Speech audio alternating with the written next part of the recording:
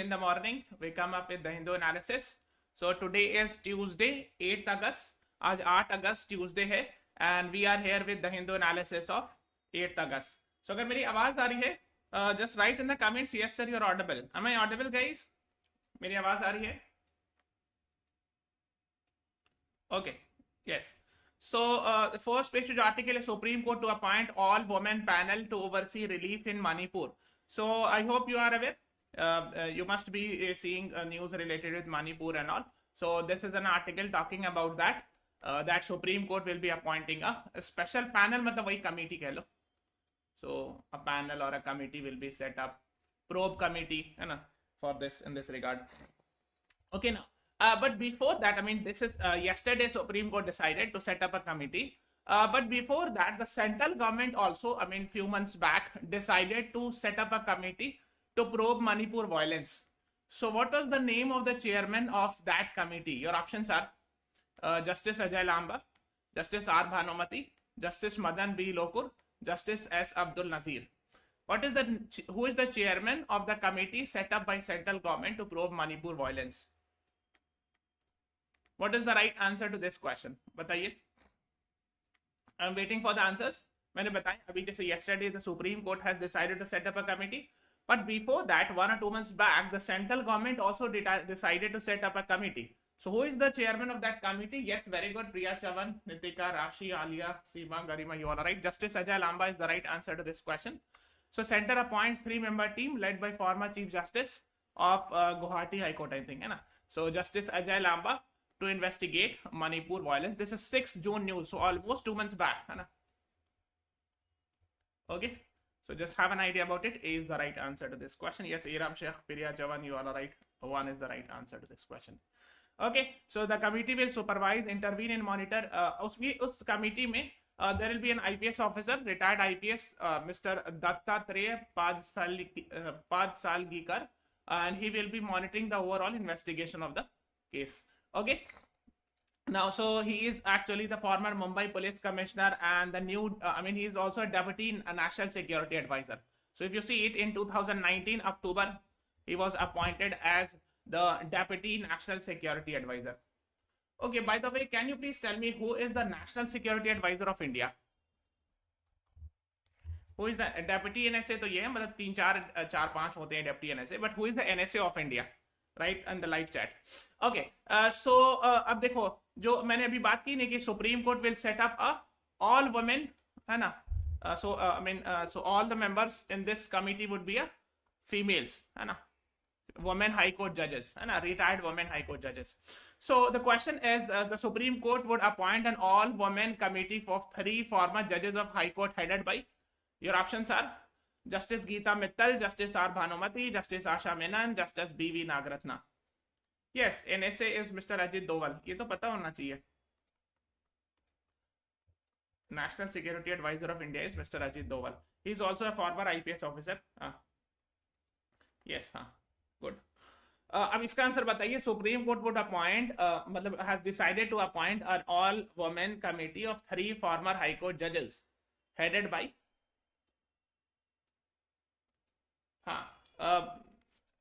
Yes, Alok Pratap is right. Then Seema Kumari, Anisha Kumari, Nitika, Alok Pratap, yes. Justice Geeta Mittal. R. Bhanumati तो एक Supreme Court judge है, तो B option तो होगा नहीं. Former High Court judges है ना. So the right answer is Justice Geeta Mittal. She is ex-Chief Justice of, I think, Jammu and Kashmir High Court also. So A is the right answer. Yes, देखो लिखा ना. 3 former High Court judges headed by Justice Geeta Mittal, former Chief Justice of Kashmir, Jammu and Kashmir High Court, to provide a healing touch in violence torn Manipur. Then the other judges are Justice Shalini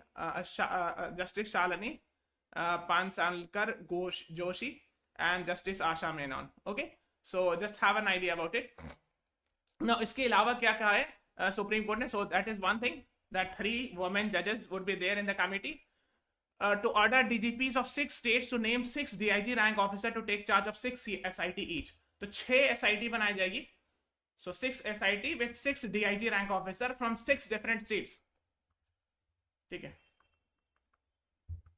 Okay, देखो उसमें होता क्या है, देखो क्यों ऐसे किया जाता है ना. देखो जैसे फॉर एग्जांपल है Manipur. Okay, So now the Supreme Court has said to bring officers from other states to ensure neutrality actually, ठीक है, फिर to enforce multiple layers of monitoring, देखो, to make 5 officers of the rank of DSP or SP from other states as part of CBI. Okay, तो CBI के भी officer जो आएंगे वो अब दूसरे स्टेट से लाया जाएगा, 6 अदर स्टेट से DSP या SP रैंक के officer. Okay, why it is written everywhere, it is written from other states. Why other states है ना? Because to ensure कि neutrality should be there, मतलब the officers concerned should not be belonging to Manipur or should not be a Manipur cadre officer. Okay, then the investigation would be headed by a CBI joint director. ठीक है, so CBI joint director, SIT मतलब होता है special investigation team. Okay, special investigation team which is generally headed by a police officer, and this is actually set up. And the reason for setting up SIT or special investigation team is to ensure, I mean, to find out, I mean, the probe the incident and all. ठीक है, तो SIT बनाई जाती, कई बार supreme court ने SIT बनाई है previously also. Yes, हाँ. So दूसरी जगह से इसीलिए लाया जाता है ताकि to ensure neutrality, no influence, least influence on officer, है ना, ताकि वो impartial probe कर सकें. अगर बाहर से अगर वहीं के होंगे तो मुश्किल हो सकता है ना. It might be and all. So that is what it was. ठीक है, तो ये समझ होगा hopefully. So that is what the Chief Justice of India has decided to set up.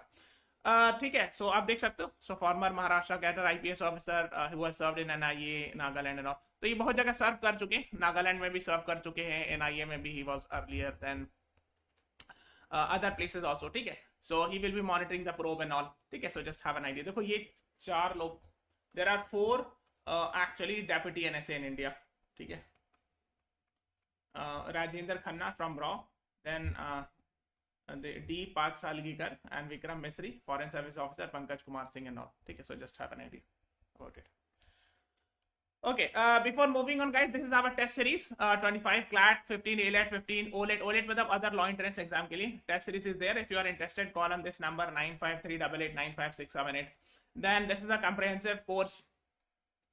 CLAT 2024 UG comprehensive course. If you have any question, call on this number. Similarly, 2025 के लिए for next year, अगर कोई अगले साल attempt कर रहा, for them also we have this course. ठीक है, सबको like button press कर दो, guys. We are seeing only 9 likes, so everyone please press the like button. At least 30 plus likes ले जाओ. Okay, let's start with this. China's worldview, its postulate and a reality check. Okay, so this has been written by Mr. M.K. Narayan, former IB director, former NSA. ठीक है, ex IB director, ex NSA रह चुके India के, national security adviser. ठीक है, Chinese leader, especially current paramount leader Xi Jinping, constantly referred to the changes unseen in a century, implying that the decline of West promoted rule-based order is inevitable, that China's prompt. अब देखो actually क्या आता है, अगर आप इनकी article पढ़ोगे, he writes very tough standard. ठीक है, वो टफ स्टैंडर्ड की इंग्लिश लिखते हैं, बहुत घुमा घुमा के लिखते हैं, तो आपको उतना नहीं जाना है, बट हम आपको सिंपल लैंग्वेज में एक्सप्लेन कर देते हैं. China's unseen century is one of the underlying principles of Xi Jinping thought. This presupposes that the struggle for future dominance revolves around for not merely military but also technology, culture, etc. and all. खैर, देखो इसका मतलब क्या है? He is Mr. Xi Jinping, the president of China. So the president of China always asserts that China is rising, and they use it China's peaceful rise. वो ये सब word use करते हैं कि we are not harming anyone, this is a peaceful rise or something like that. And at the same time, West is actually declining and all. ये तो शायद बात कुछ हद तक सही भी है, because the West, it is said कि West मतलब क्या, US और यूरोप को West के जनरली कहते हैं ना. So West is on the decline, means the power of USA is decreasing, and he's saying that the power of China is increasing, and he's using this word rule-based order.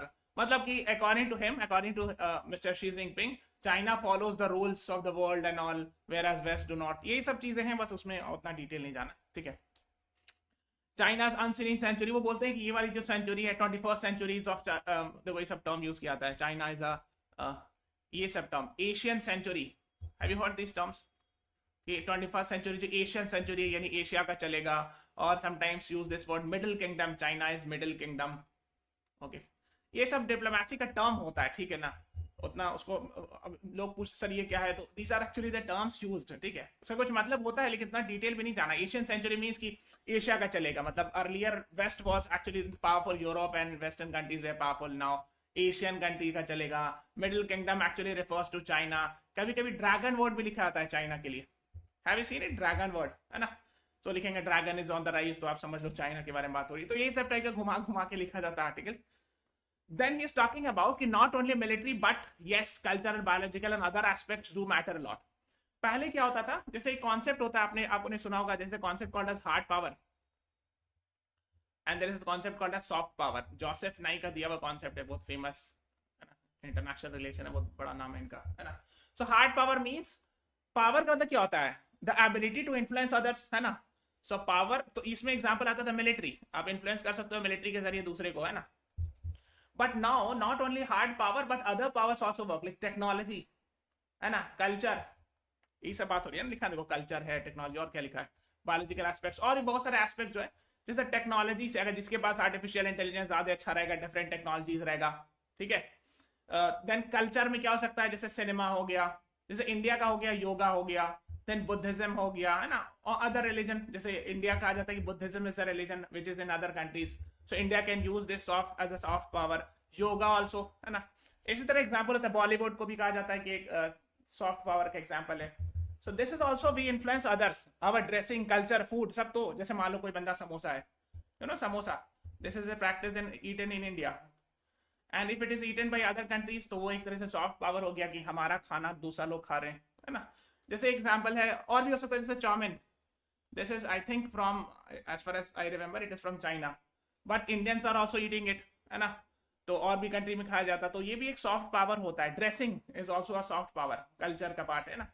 Festival, है ना, जैसे Diwali is celebrated not only among Hindus but other people also, है ना। तो सिर्फ India में ही नहीं, जैसे दिवाली जो होता है वो सिर्फ इंडिया में नहीं सेलिब्रेट किया था, इवन यूनाइटेड नेशन के ऑफिस में भी सेलिब्रेट किया गया, है ना। So these are actually the soft power examples, इसी को बता रहे हैं, ठीक है। तो that is what is talking about कि अब सिर्फ मिलिट्री पावर का डोमिनेंस नहीं रहा, other powers are also used and all, ठीक है। The current crop of Chinese leaders believe that ongoing threats to China however remain and that the main threat comes from the US and all. अब यही सब है, देखो जैसे China believe करती है कि ऑफ कोर्स मेन थ्रेट जो है यूएस से, तो ये सब कोई नया बात तो है नहीं, ठीक है। So they have given some new terms like polycentric competition and cooperation, ठीक है। सो पॉलीसेंट्रिक कंपटीशन, है ना, कॉपरेशन, देखो कॉपरेशन क्यों होता है कि even if there is a competition between China and US, but still there are a lot of trades happening. सारी चीजों के बावजूद भी काफी अच्छा खासा ट्रेड होता है दोनों कंट्री के बीच, ठीक है। So US and China have good amount of trade, ठीक है, ठीक है। So that is what is being talked about, है ना। The consequences seen in West Asia, देखो अब क्या है, देखो इसको वेस्ट एशिया कहते हैं, मैंने बताया, if you see it carefully, this is India, this region is called as West Asia. So West Asia में क्या इंपैक्ट देखा गया, recently Saudi and Iran deal brokered by China, आपने सुना होगा ये वाला,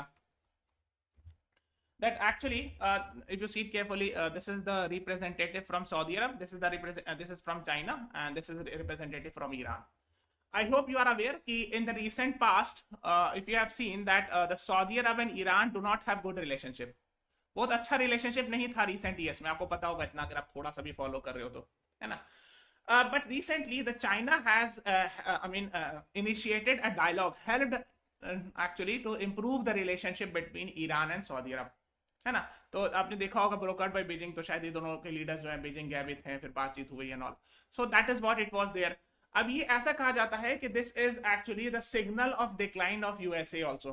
देखो इस तरह क्या कहते हैं कि चाइना का जो इन्फ्लुएंस है उसको ये माना गया है कि चाइना ने इन दोनों के बीच डील करा दी जो कि यूएस नहीं करा पाया, है ना। सो देखो यहाँ लिखा हुआ was displacing the US, है ना। Iran saw the truth about China's initiative was an indication that US influence was on the wane. Wane मतलब कमजोर हो रहा है। The US influence in the West Asia is decreasing as China was more instrumental in helping improve relation between Iran and Saudi Arab. समझ रहे हो, तो यही सब बात कह रहे हैं। तो that is what is being talked about in quite few international. China in the meantime had grown according to Chinese sources in quite a few international organizations such as WHO and all, है ना। तो China का influence WHO में कहा जाता है बहुत ज्यादा है and all, that is what is being talked about. Another set of claim is that China had succeeded in having a decisive voice in various international standards, ठीक है। तो यही सब वो बता रहे हैं, है ना। तो बहुत सारी जगह चाइना का वॉइस बढ़ा है, that is what living aside for a moment. अब देखो एक हिस्टोरिक इसकी बात करें, Deng Xiaoping, he was a very powerful president in between this, है ना। And actually he was instrumental in economic reforms in China, because earlier it was what, देखो before that China was pure communist economy, जो होता है ना कि everything is government controlled and all, private property नहीं होगा। लेकिन after him actually the China actually opened the economy a lot, है ना। तो market reforms बहुत आया था इनके जमाने में, Deng Xiaoping। So the reputed architect of modern in China and all the is being said and all. ठीक है, तो इसी की बात कर रहे हैं. He was instrumental in bringing China and all, I mean in changing the economic structure of China. ये सब समझ लो. ठीक है. In market contrast, Beijing's current economic prescription have led to serious reverses in recent years. Many of these policies stem from Xi's effort to provide a safeguard for his orthodox version and all. अब इतना detail नहीं जाना है. ठीक है, क्या होता है Orthodox version of communist philosophy, ये सब पे कहाँ क्या करोगे इतना डिटेल जाके. बस कम्युनिज्म अगर हम थोड़ा बहुत आपको पता होगा, अगर आपको थोड़ा सा आइडिया है. यूएसएसआर था, तो यूएसएसआर में जैसे बेस्ट एग्जांपल जो था कम्युनिज्म क्या, वो यूएसएसआर था, जिसमें प्राइवेट प्रॉपर्टी का कॉन्सेप्ट नहीं होता है, जो ओरिजिनल फॉर्म ऑफ कम्युनिज्म होता है ना. Everything is government controlled. Okay, और कैपिटलिस्ट में उल्टा होता है, जैसे यूएस में कि most of them are private property, very hardly you will find government control, very few things are government controlled, है ना. तो यही सब की बात है, अब इतना डिटेल नहीं जाना आपको. If China is trying and outdistance the US in a period that Beijing itself perform as feature of polycentric competition, Beijing will need to make several shifts and changes in both approach and policy and all. China का current GDP growth 3% decline किया है. These are the things being talked about. ठीक है ना. Aging population also add to these concerns. हाँ, अब देखो क्या होता है, जब चाइना ने पॉपुलेशन कंट्रोल मेजर्स किया तो उसके ना कुछ नुकसान भी होता है. नुकसान ये होता है कि once the population starts aging, तो young people will be very less. ये भी जैसे जापान में ये प्रॉब्लम है. तो जब यंग पीपल लेस होगा तो जीडीपी चलाएगा कौन? Who will work and who will produce goods and services. So the one negative aspect of strong population control is that means there will be more aged population, dependent population, and there will be less young population left. So when there will be less young population left, who will run the GDP and all. तो ये एक issue हो जाता है, जैसे Japan वगैरह में भी देखा जा रहा है. So एक और इशू ये भी बताया जा रहा है. अब द इशू ऑफ ताइवान, देखो अभी से बैंकोस घोस्ट, ये सब हम जो है ना विलियम शेक्सपियर की कोट से लिया गया ना, विलियम शेक्सपियर की बुक से, है ना. अब ये सब आपको नहीं जाना बैंकोस घोस्ट क्या होता है. मतलब देखो आप समझो ऐसे सिंपल, मतलब एक बैंकोस घोस्ट इस तरह समझ लो कि एक इनविजिबल घोस्ट है. ठीक है नहीं या उतना नहीं है ना, the issue of Taiwan and all. तो देखो आप इस तरह समझ लो that China has always issues with Taiwan. उसकी लॉन्ग ड्रॉन हिस्ट्री है. अगर आपने वर्ल्ड वार 1-2 पढ़ा होगा then you will understand it. Otherwise, एक basic idea, China believes in one China policy and China believes that it is Taiwan is its part. Okay, but US actually wants to have good relation with Taiwan. क्यों? एक तो to counter China एक reason है. Another reason is to get semiconductors and all. ठीक है, Taiwan में semiconductor काफी होता है ना. So these are the reasons. Okay, yes, that is what is being talked about. One that could impact both fortunes of China and much of the world, Asia Pacific region and all. ठीक है, तो ये सब बात हो रही है. Okay, we have discussed it, है ना. ये सब मैंने पहले भी डिस्कस कराया है. Last year, Nancy Pelosi from USA visited. Nancy Pelosi. Who is Nancy Pelosi? She visited last year from USA to Taiwan. She was actually Speaker of House of Representative, है ना. House of Representative. House of Representative is like in India we can call it as similar to Lok Sabha. ठीक है. Okay, yes. Now side में एक article थी stifling decent. Decent मतलब क्या होता है? डिसेंट है ना, जैसे एक बार जस्टिस डीवाई चंद्रचूड़ ने क्या कहा था, dissent is a safety valve of democracy, है ना, is a safety valve of democracy. This is once the Supreme Court of India had said. तो डिसेंट का यहाँ पे मतलब actually this is related with in context with Pakistan news. So dissent का मतलब क्या होता है? Oppose differing with government's opinion, है ना, differing with government's opinion. Okay, that's called as dissent. Now, so this article is about this, that Pakistan establishment seems intent on using all means to thwart Imran Khan. So establishment का मतलब government. So Pakistan government is trying its best to weaken the Imran Khan who is right now in opposition. So उसके लिए I hope you are aware recently he has been found guilty of. अच्छा वो case का नाम क्या है, कोई बता सकते हैं? I am waiting for the answers. So he was arrested in Toshakhana case, Al-Qadir Trust case. ठीक है. So misappropriation of official gift meant for Toshakhana. Misappropriation का मतलब जो सब लोग हिंदी में कहते हैं हेरा फेरी करना, इधर से उधर कर देना. मतलब he has done, there is an allegation that he has done something wrong as far as Toshakhana is concerned. ठीक है. अभी and he has been found guilty. Conviction means he has been proven guilty in the lower court by the district and session judge, and he has been jailed and all, है ना. Which carries a sentence of 3 years, means he is not disqualified from member for the next 5 years and will not be able to stand election in November. तो actually 3 साल के लिए सजा हो गई है, तो he will not, he has been disqualified okay, and he will not fight the next election in November. Okay. हाँ, तोशाखाना अल-क़दी ट्रस्ट केस नाम है. तोशाखाना होता क्या है, देखो, है ना. सो एक्चुअली क्या होता है, जैसे गिफ्ट्स जो रिसीव किया जाता है उसको हम लोग तोशाखाना कहते हैं. जैसे मान लो ये है ना, तो गिफ्ट्स आए ना बाहर से, तो उसको रिसीव करके यहाँ जमा किया जाता है. ठीक है. So that's called as Toshakhana, है ना. देखो यहाँ लिखा ना, he deliberately, there is an allegation that he submitted fake details of Toshakhana gifts to the ECP and is found guilty of corrupt practices and all. अच्छा, तोशाखाना का कॉन्सेप्ट इंडिया में भी होता है. जैसे I was searching it and I got this. देखो ये ministry of external affairs government of India की वेबसाइट है, देख रहे हो. एंड यहाँ लिखा हुआ disclosure of gifts received in Toshakhana. Yes, so the concept exist in India as well. ठीक है. तो जैसे अगर आपने ये वाला पीडीएफ खोला, जैसे मैंने ये क्लिक करके देखा था, जनवरी टू मई 2023 में किसको किसको क्या क्या इंटरनेशनल गिफ्ट मिला. तो ये सब जैसे होता क्या, जैसे मान लो कोई फॉरेन ऑफिसर है, ठीक है, इंडिया के, मान लो विजिट किया कहीं भी, let's say he visited, okay let's take an country Spain. वहां गए तो उनको कुछ अवार्ड मिला, so he will come back and give the award, है ना. तो देखो जैसे ये सब अवार्ड होता है, डिटेल्स ऑफ द गिफ्ट. तो क्या मिला भाई, तो गोल्ड टिपिन मिला 12 जनवरी 2023 को. So who has got it, Anshuman Gaur, mister Anshuman Gaur. Value कितना होगा, इतना होगा इसका. ठीक है. रिंग मिला, किसको मिला, ठीक है. सो बहुत सारे आर्मी ऑफिसर होते हैं या पॉलिटिशियन होते हैं या फॉरेन सर्विस ऑफिसर, जैसे मोदी जी को मिला, सो 1 बॉल पेन. ठीक है. फिर जैसे Vinay Mohan Kwatra, he is a foreign service officer IFS. जो एम्बेसडर्स वगैरह जाते हैं, ठीक है, या आर्मी मिलिट्री जनरल जाते हैं, तो बहुत बार वहां अवार्ड मिलता है ना दूसरे कंट्री से, ये अवार्ड ऑन ऑल. हाँ, तो एक्चुअली क्या होता है, इसको पब्लिक में होना चाहिए. Yes, there has to be transparency. हाँ, किसी ने लिखा है. यस, सो ट्रांसपेरेंसी इसलिए जरूरी कि भाई एक्चुअली क्या होता है, जो ये अवार्ड मिलता है ये पर्सन को नहीं मिलता है ना, ये इंडिया को मिलता है award. This award is not given to a personally to an officer, foreign service officer. It is given to a country. जैसे अगर कोई अवार्ड दिया जाता है तो पूरे मुल्क को दिया जाता है. वो तो एक मतलब चूंकि वो ऑफिसर एम्बेसडर हैं या कोई भी ऑफिसर जो भी कंसर्न है, पॉलिटिशियन है, उनको मिलता है टेक्निकली, बट टेक्निकली वो रियलिटी में वो कंट्री को अवार्ड मिलता है ना. तो एक्चुअली इसको डिस्क्लोज किया जाता है पब्लिक में, है ना. जैसे ये लिखा हुआ, फिर लास्ट ईयर का आप देख सकते हो, ठीक है, फिर उससे पहले का देख सकते हो. So like this is actually is there, है ना. तो यही है Toshakhana concept even exist in India as well. मेरे ख्याल से और भी कंट्री में होगा, हो सकता है नाम अलग हो, इसका नाम अलग हो, but I think every country में इस तरह कॉन्सेप्ट्स हो गए, है ना. Okay, so that is what it is there. अब इसमें legal battle of faces, so by my name is the first Pakistani prime minister to face jail term and all. ऐसा नहीं कि पहली बार है, earlier Nawaz Sharif was also jailed, है ना, Shahid Khaqan and all other members. तो पहले भी बहुत सारे ऐसे केसेस हुए थे जिसमें senior politicians have been jailed and all. That is what is there. 1 ball point pen किसी ने लिखा है. तो एक्चुअली क्या है, जो बॉल पॉइंट पेन नॉर्मल वाला नहीं होता है. सो वी बिलीव कि नॉर्मल 2 रुपये वाला नहीं है, बहुत अच्छी क्वालिटी का होगा, I guess. I am not sure but yes I guess. ठीक है. वैसे होता है जैसे पेंटिंग दिया जाता है, ठीक है, कारपेट दिया जाता है, ठीक है.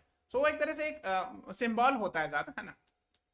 ओके, अब चलते हैं नीचे. Neither the right to privacy nor the right to information. तो एक्चुअली एक बिल है अभी, data digital data personal data protection bill. तो उसमें ये बताना चाह रही है कि right to privacy and right to information both are actually violated according to the author. Author के हिसाब से दोनों में से दोनों का प्रोटेक्शन ठीक से नहीं हो पा रहा है. That is what the author says. Okay, now there's a question in which case the Supreme Court said right to privacy is a fundamental right. Your options are Maneka Gandhi case, Arjun Gopal case, MC Mehta case, none of the above. बताइए.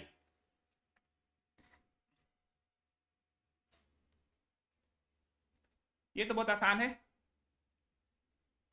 Right to privacy is a fundamental right, कई बार मैंने पढ़ाया. Maneka Gandhi case, देखो मैंने पता नहीं क्यों ऐसी टेंडेंसी देखा है, कोई एक आंसर करता है ना, सारे लोग फॉलो कर लेते. If one commits a mistake then others start copying it. Yes, Zoya Khan, if you are saying D then what is the right answer. ये इतना आसान है. It is not Maneka Gandhi case. Arjun Gopal case is related with Diwali cracker ban something. ये भी right to environment से रिलेटेड, environment protection से related है. नन ऑफ द अबव है, ये मैंने आंसर बता दिया. अब केस का नाम बताइए. कितना बार, yes Gauri Sethi, very good. हाँ, KS पुट्टास्वामी केस इतना बार डिस्कस किया है ना. KS Puttaswamy case 2017. Right to privacy is a fundamental right, है ना. ठीक है. तो ऐसा नहीं हो कि अगर कोई बच्चा आंसर कर देना तो सब आप फॉलो करने चले जाओ कि अच्छा उसने आंसर किया तो सही होगा. नहीं, you should apply your own mind also. हाँ, D is the right answer. ठीक है. तो यही सब बता रहे author is saying right to privacy was reaffirmed by 9 जज बेंच. तो 9 जज बेंच का ऑर्डर था, वो भी 9-0 था. 9 ने सपोर्ट किया था. ठीक है. So in 2017 it is an international benchmark illustrated new challenges to the right to privacy and all which was introduced in Lok Sabha and all. तभी डाटा प्रोटेक्शन बिल इंट्रोड्यूस हुआ, तो वो क्रिटिसाइज कर रही हैं कि it is criticising, I mean it is diluting RTI act and all. Much weighted DP data protection bill ends up undermining our rights to information without protecting much right to privacy. तो बोले कि right to information भी violate हो रहा है, privacy भी नहीं protection, ये उनके हिसाब से. ठीक है.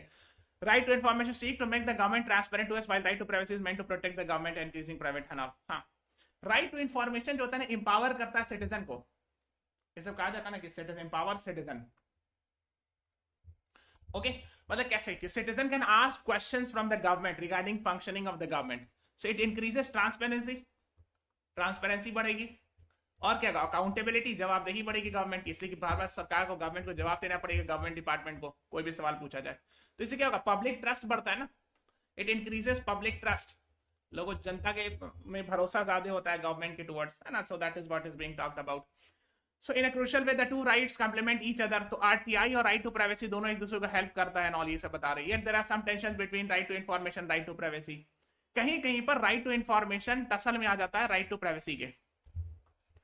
जैसे मनरेगा की बात कर रहे हैं, mandatory disclosure provisions are meant to ensure that workers can monitor expenditure and also facilitate public scrutiny through social audits. Everyone has access to data about individuals registered under the act, including when and how much was paid to each worker. हाँ, अब देखो क्या होता है, जैसे अगर information जो है ना अगर पब्लिक डोमेन में है, जैसे बता रहे जैसे एमजी नरेगा है, तो उसकी सोशल ऑडिटिंग होती है, तो उसमें क्या होता है कि इसमें सारा डेटा होता है कि अच्छा किसको किसको कितना सैलरी मिला.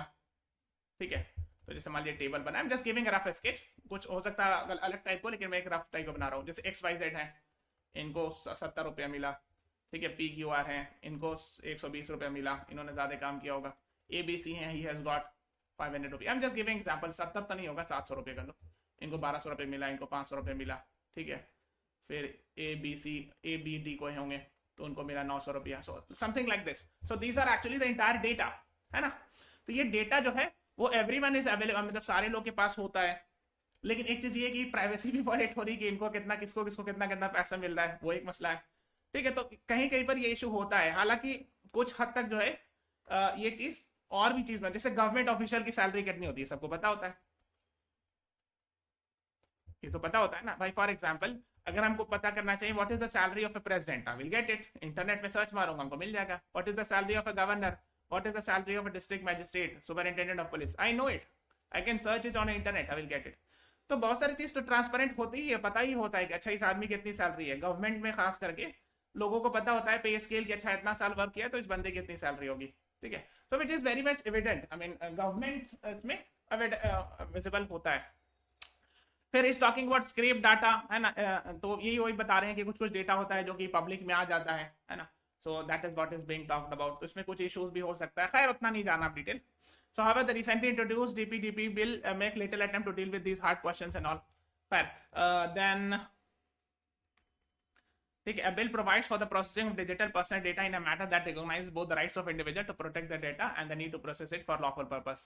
Such defines lawful purpose in the as any purpose which is not expressly forbidden by the law. मतलब ये बता रहे हैं कि जो लॉज है उसमें बहुत वेगनेस है, क्लियर कट नहीं. लॉफुल पर्पस का क्या मतलब है, कोई भी चीज जो कि मना नहीं कही गई.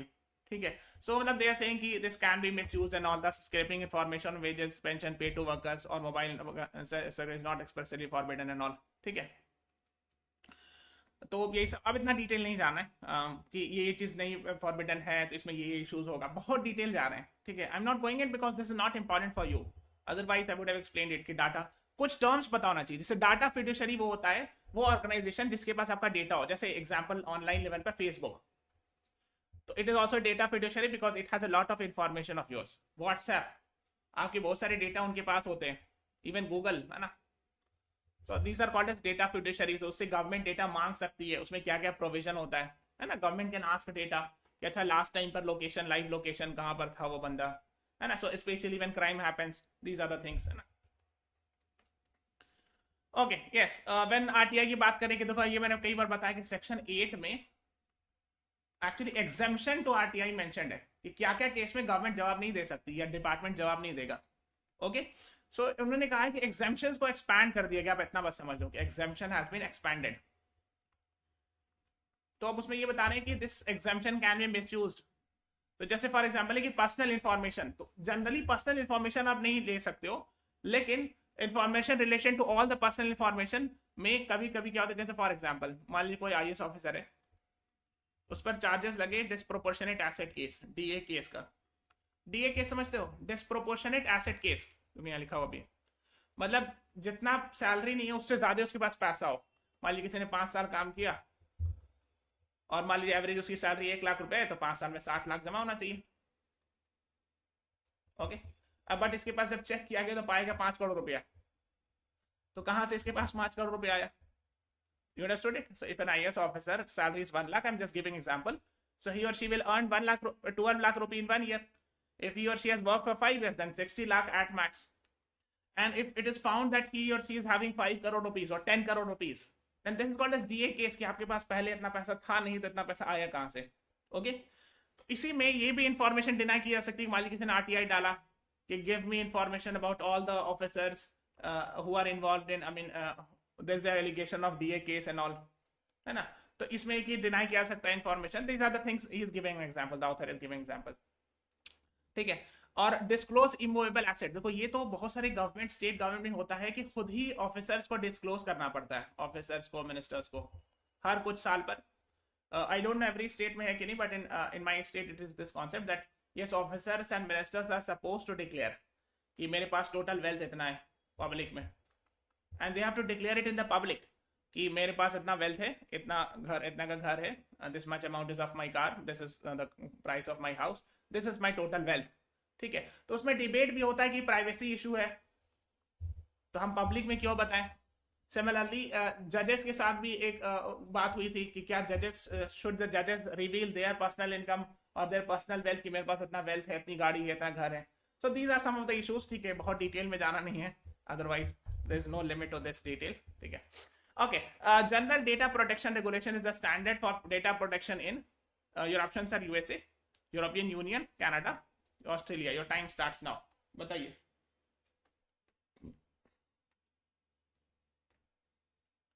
GDPR, general data protection regime, is the standard for protection in,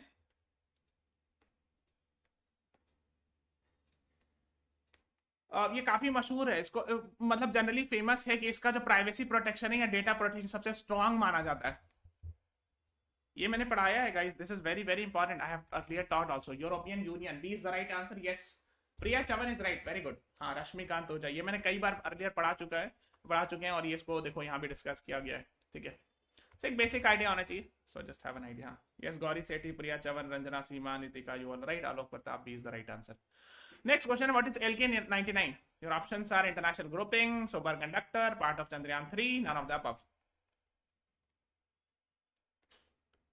LK99 अभी रिसेंटली एडिटोरियल में भी आया था, ये क्या है आपको बताना है। The right answer is it is a superconductor, ठीक है। तो वो यहाँ एडिटोरियल है LK99 पर, ये सुपर कंडक्टर है, रूम टेम्परेचर पर भी, claim of room temperature super conductivity, LK99 अभी रिसेंटली डेवलप हुआ है, साउथ कोरिया में है ना, हाँ, ठीक है। तो सुपर कंडक्टर क्या होता है, मतलब इसमें रेसिस्टेंस बहुत लो होता है, मतलब क्या, जैसे वायर है ना, जैसे मान लीजिए कॉपर का वायर है, तो हम लोग क्या कहते हैं, कंडक्टर, इसमें इलेक्ट्रिसिटी पास कर जाएगा। सुपर कंडक्टर में एकदम कम रेसिस्टेंस होता है, बहुत तेज से इलेक्ट्रिसिटी पास कर जाएगा, there will be very less heat loss और समथिंग लाइक दैट, ठीक है। ओके, और रूम टेम्परेचर पे होना और बड़ी बात है, इसलिए कि जनरली रूम टेम्परेचर पे सुपर कंडक्टिविटी नहीं होता है, ठीक है। So that is also very big thing. Room temperature का मतलब होता है 25 डिग्री सेल्सियस या 298 केल्विन, इसको रूम टेम्परेचर डिफाइन करते हैं, ठीक है। Okay, the next is purging the nation's data of politics. देखो ये हम लोग कई बार डिस्कस किए, again the same thing is talking about कि IIPS के डायरेक्टर को सस्पेंड कर दिया गया because there were issues of data and all, and IIPS came up with national family health survey, NFHS का डेटा आया था, है ना। उसमें दो मेन चीज हाईलाइट की गई थी, एक जो था, देखो यहाँ पे लिखा, एक जो था एनीमिया से रिलेटेड था, है ना, कि anaemia has been, it showed that anaemia among the women has increased, okay, so that is what is being talked about. फिर फूड इन्फ्लेशन भी ज्यादा हो गया, that is what it was being there. तो वही सब बता रहे हैं कि एनीमिया क्यों बढ़ गया, तो एनीमिया फूड इनटेक से भी रिलेटेड होता है। जब बीच में फूड इन्फ्लेशन बढ़ा था, उससे क्या हो जाएगा, when the food inflation increases the anemia, actually the poor female cannot get access to the food, good quality food, तो उससे anemia होने का चांस होता है अगर प्रॉपर फूड न्यूट्रिशन नहीं मिले। और दूसरी बात ये कि लॉकडाउन वगैरह के टाइम, कोविड वगैरह के time actually the income had contracted, बहुत से लोगों का इनकम कम हो गया था, द लॉकडाउन हैपेंड। स्पेशली देखो जो वर्क फ्रॉम होम हर कोई नहीं कर सकता है ना, everyone can not do. Let's say those who are actually let's say the vegetable vendor, तो उसको तो बाहर ही आके बेचेगा सब्जी, घर में बैठ के तो कर नहीं सकता है। Then the lot of jobs है ना, जैसे ऑटो ड्राइवर है, दीज आर द गाइज है ना, so they can not do it. So उसमें उन लोगों को लॉस भी हुआ था, the income loss had happened and because of which perhaps these have got affected. फिर ओपन डेफिकेशन फ्री से रिलेटेड भी नेशनल फैमिली हेल्थ सर्वे में कुछ डेटा दिखा था, so that is why substantial rise in percentage household using improve sanitation facility, यही सब है। ये ऑलरेडी रिपीटेड चीज है कि डेटा, फिर एनएसओ के डेटा रिवीजन के लिए कमिटी बनाई गई है, वी हैव डिस्कस्ड इट। हाँ यस, एनीमिया में क्या होता है, आरबीसी इफेक्ट होता है, yes you are right, red blood cells affected है ना, these are the things we have discussed it. Question for room temperature super conductor, अरे वही है जो हम लोग भी बताया है ना, तो रूम टेम्परेचर 298 केल्विन, ठीक है, तो इसको पढ़ लेना थोड़ा सा। इंडियाज माइनिंग पॉलिसी शिफ्ट, ये वाला थोड़ा सा पूछ सकते हैं, जस्ट हैव एन आइडिया, अभी ये रिसेंटली एक बिल पास हुआ है। अच्छा उससे पहले क्वेश्चन है, which of the following is called as white gold, hydrogen, silver, lithium, beryllium, what is the right answer? White gold किसको कहते हैं?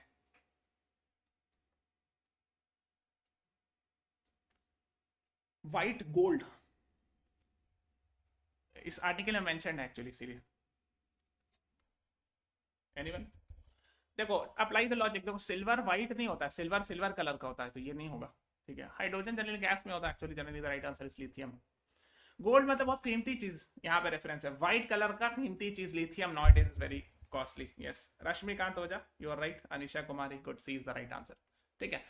तो देखो यहाँ लिखा हुआ भी होगा कहीं पर, इस आर्टिकल में लिखा हुआ मैंने देखा था। खैर, so mines and minerals MMDR act इसको कहते हैं, MMDR act, amendment act has been passed to attract private investment in exploration of critical deep seated minerals. हाँ ये इंपॉर्टेंट है कि प्राइवेट सेक्टर जो है अब उसमें माइंस को एक्चुअली मिनरल एक्सप्लोरेशन में प्रमोट किया जाएगा ना। सो बिल पुट 6 मिनरल्स, क्या क्या है, lithium use in electric vehicle, lithium बहुत इंपॉर्टेंट है, इलेक्ट्रिक व्हीकल्स बैटरी वगैरह में यूज होता है, into list of critical and strategic minerals, है ना। So the exploration and mining of these 6 minerals previously classified as atomic minerals were restricted to government owned entities, ठीक है। तो जो 6 मिनरल्स थे उसको हम लोग कहते हैं एटॉमिक मिनरल्स, उसमें जो छठा ऐड किया गया, the 6th one added is lithium. So these 6 minerals could only be actually actually only government entities या government like जैसे होता है ना स्टील अथॉरिटी ऑफ इंडिया, ये सब हो जाएगा ना, गैस अथॉरिटी ऑफ इंडिया, यही सब जो है एक्सकावेट कर सकती थी और निकाल सकती थी, एक्सप्लोर कर सकती थी। But now even these 6 minerals can be extracted, I mean the private company can also explore these things and all, है ना। So variety of minerals beside those in creating fuel etc there, है ना। तो ये सब क्यों बात करें, देखो lithium is a white gold, अभी रिसेंटली रियासत टेस्टिंग में पाया गया जम्मू कश्मीर, यस। हाँ अरे वो राजस्थान वाला शायद ऑफिशियल न्यूज नहीं था, एक बार चेक कर लेना, मैंने भी पढ़ा था but I checked it and later on I found कि राजस्थान वाला जो न्यूज है वो दैट वाज नॉट करेक्ट, एक बार आप वेरीफाई कर लेना। बट जम्मू कश्मीर वाला वाज करेक्ट कि lithium will be found in Reasi district Jammu Kashmir. China's majority ownership of cobalt mines, cobalt बहुत ज्यादा चाइना में है, ठीक है। तो 70% कोबाल्ट जो है डेमोक्रेटिक रिपब्लिक ऑफ कांगो में पाया जाता है, ठीक है। इंडिया इज 100% इंपोर्ट डिपेंडेंट, देखो इंडिया 100% इंपोर्ट डिपेंडेंट है ये सब चीज के लिए, क्या क्या चीज के लिए, lithium, cobalt, nickel, niobium, beryllium, tantalum, ये सारे के लिए India 100% dependent, so we import almost 100% these important metals and all, ठीक है। Okay, India's mining policy had kept greenfield exploration of miners out of purview of private sector explorer, अभी तक private sector explorer को ये सब policy नहीं दिया गया था, now actually it is be open to the private sectors and all, that is what is being talked, ठीक है, ये सब बात हो रही है। Okay, international cheetah experts will be consulted government and supreme court. हाँ एक्चुअली गौरी सेठी हुआ ये था कि शुरू में न्यूज हर जगह आया था न्यूज़पेपर में कि राजस्थान में पाया गया है वो क्या कहते हैं लिथियम, बट लेटर ऑन मैंने देखा कि बहुत जगह इसमें क्लैरिफिकेशन आया, गवर्नमेंट की किसी एजेंसी ने क्लैरिफाई किया कि नहीं वो न्यूज सही नहीं था, ठीक है। तो इवन बड़े बड़े रेप्यूटेड न्यूज़पेपर में चला गया था, इसीलिए हो सकता है क्लैट इग्नाइट मैगजीन में मिस्टेकनली चला गया होगा। अब एक बार चेक कर लेना, वेरीफाई कर लेना इसको, ठीक है। कोबाल्ट एक मेटल होता है, कोबाल्ट, ठीक है, it's a metal like copper जैसा होता है ना, वैसे कोबाल्ट भी होता है, ओके। हाँ तो अब देखो ये I hope you are aware, देखो एक्चुअली हुआ क्या था कि last year we brought cheetahs from Namibia and South Africa to Madhya Pradesh में कूनू नेशनल पार्क में, है ना। अब लेकिन हुआ क्या कि cheetahs are dying actually, 6 out of 20, तो 6/26 चीताज का डेथ हो चुका है. So the government has said to Supreme Court, we will consult international cheetah experts कि क्यों डेथ हो जा रहा है. तो ये एक प्रॉब्लम है ना. 9 का डेथ हो गया है, 6 लिखा है इसमें. Death of 6 of the 20. ठीक है, आप देख लेना. खैर, तो 14 adults of 20 translocated cheetah survive, यानी 6 का डेथ हुआ है. ठीक है ना. हाँ.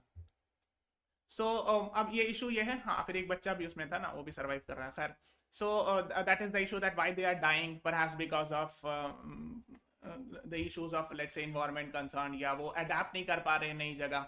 So these are the things being discussed here. खैर, so this is all about today's class, है ना.